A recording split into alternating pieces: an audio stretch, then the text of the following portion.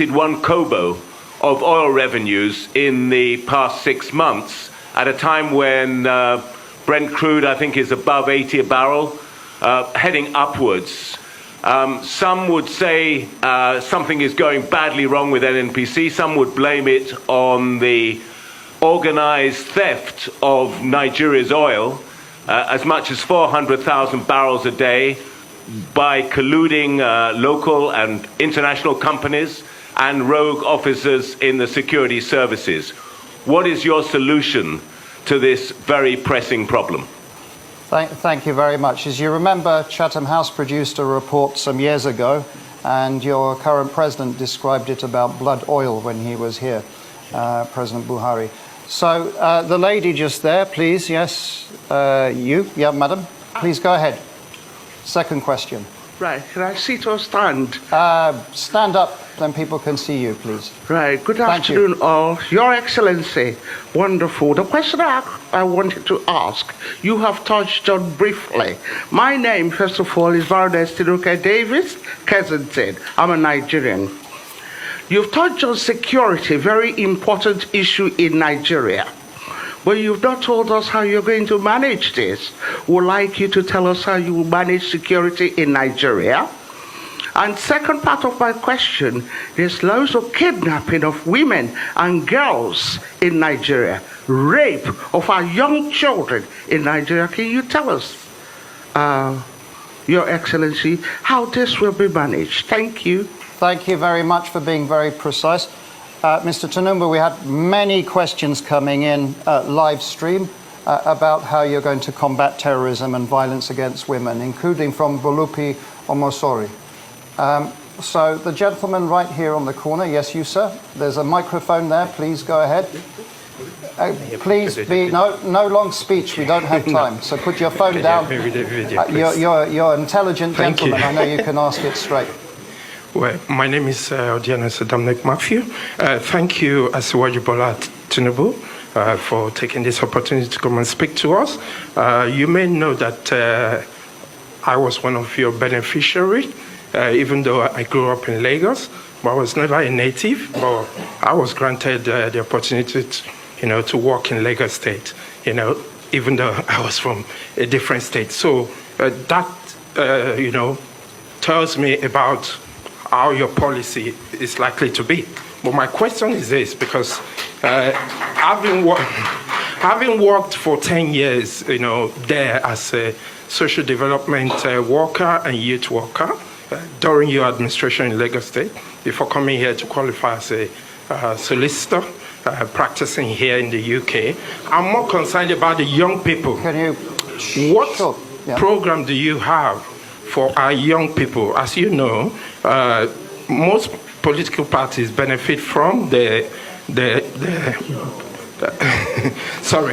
benefit from the goodwill of young people. Okay. And so have you got plans, that will generate training, appointments, thank you. And also job security? Okay, thank you so much. So what are your plans for youth, young people? If you would like to answer the questions, Mr. Tinubu. Please, if we can keep quiet and one conversation here. Thank you. Go ahead. Let me once demonstrate here. One of those philosophies I wanted, doctrine that I believe firmly in, is teamship. Unbreakable team. To demonstrate that, I will choose the first question, assign it to Dele Alake. Okay. And the second question, assign to Nasiru El-Rufai.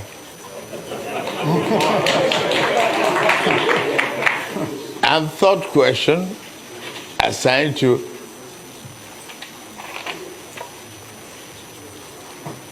Ben Ayade.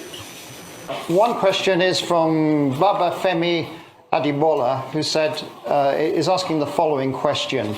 Given the complexity of Nigeria's democracy and the Labour Party not projected to have the majority in the National Assembly, how would you work with legislators to ensure the radical reforms you are proposing come to light if you win the presidential election? So that's one question. Just hold that there. And I'm going to go right to the back of the room, right at the corner there. The gentleman right in the corner. Yes, so yes, you.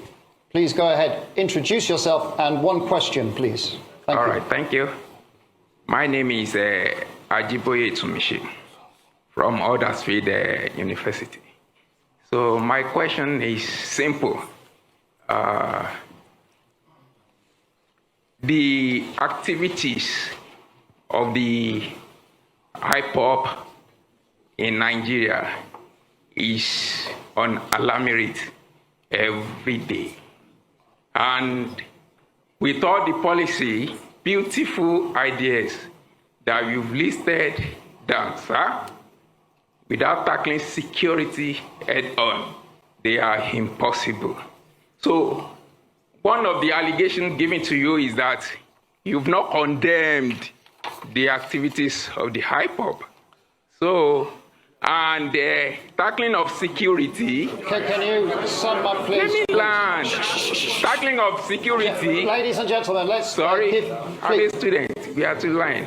Tackling of security. How will you tackle it, sir? Are you introducing? Yes. Please. Are you introducing state police, or are you strengthening the federal government security apparatus? Thank you. Thank you very much. I have another question that has come in, which I want to ask from our virtual audience, and it's from Vivian Achekwezu, who's asking the following.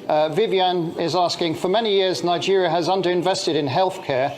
What are your plans for achieving universal health coverage, where access to healthcare is a right rather than a privilege, as well as ensuring sustained funding for epidemic preparedness and response? We did have a similar question for Mr. Tinubu in the last session that we did.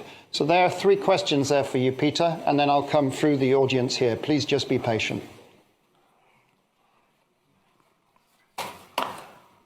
First question is, how do you deal with the legislators, considering that Labour Party is probably not in control of the legislative arm of the government? Quite frankly, I have been through this as a governor. When I was elected and sworn in as the governor, I have 30 House members not from my party. In fact, nobody from my party was involved. As long as you are pursuing what is right, everybody will go with you, because the legislator is insecure in his place. He knows that his people are without job, and that's what he wants. He wants development. What else is he elected to do?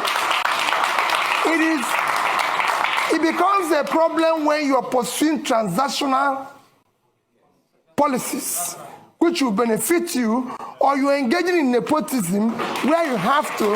But if you address it by strictly following the Constitution, which spells out that the system is characterized by simply that we have diversity and all is included, and you do the right things, you don't need to worry about that. On the issue of IPOB, maybe you're not following me. Even yesterday, I spoke about Biafra being ended 53 years ago. It's all over the place in the space. I condemn all agitators, but in condemning them, you have to look at what brought about these agitations all over the place. It's not only IPOB. We have Yoruba Nation movement. We have all sorts. When you have created this level of massive poverty, where 63% of your population is poor, you're going to create all sorts of problems. I was speaking to a British minister this morning.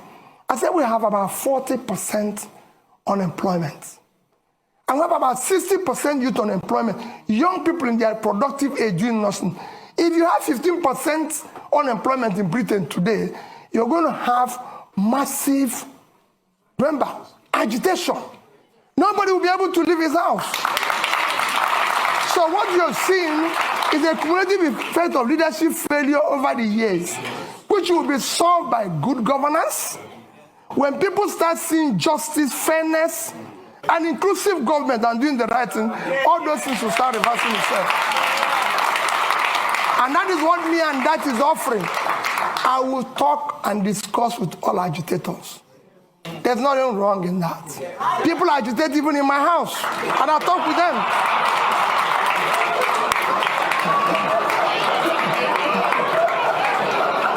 So I'll deal with everybody. I'll show you of that. Don't worry about that. On issue of health, yes, we have a problem with health. We have underinvested, and because our government have not prioritized our development agenda, everybody knows that the only measure of development that is recognized globally today is Human Development Index. And this is hinged on 3 items: life expectancy, which is health. And we are low in that. Nigerian life expectancy today is about 50-something, as against the global average of 72. So we're low. Same in education. So it's to prioritize that. I just gave somebody an example. In the past 5 years, from 2015 to 2021, Nigerian budget in health is under 2.5 trillion naira for 200 million people. It's unacceptable. Even this year, our budget for health is about 1.5 trillion. Our budget for education is about 2 trillion.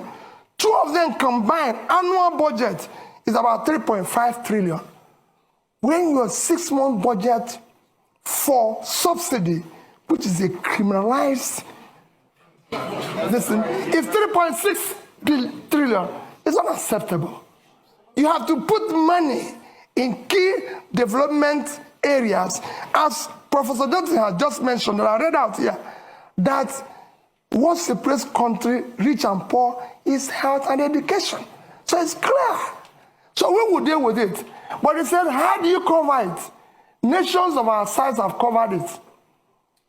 How did India, for 1.4 billion people, cover issue of health? How did Indonesia cover that? We have big nations that have done it well. If we don't know how to do it, we learn from them. There's nothing wrong in learning if you don't know how to do it.